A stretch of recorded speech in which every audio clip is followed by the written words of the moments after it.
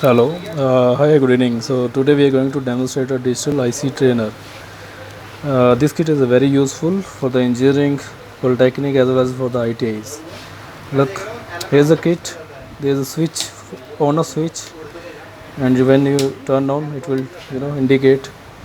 And there's a clock pulse on board up to 1 hertz. There is a selector to select the clock generator, 10 to 10 kilohertz. Okay, and there is a fixed DC power supply plus 5 volt minus 5 volt, and there is a logic input, and this is a logic output here, and this is a 7 segment display, and this is a LCD display for the voltage, and this one is a breadboard to create the circuit for the student experiment.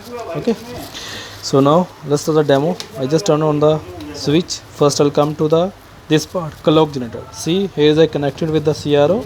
You will see, you can see I selected the clock generator selector. So when I select this, you can select 10 to 10 kilohertz. There is a fixed DC power supply. So I just connect with the this digital meter.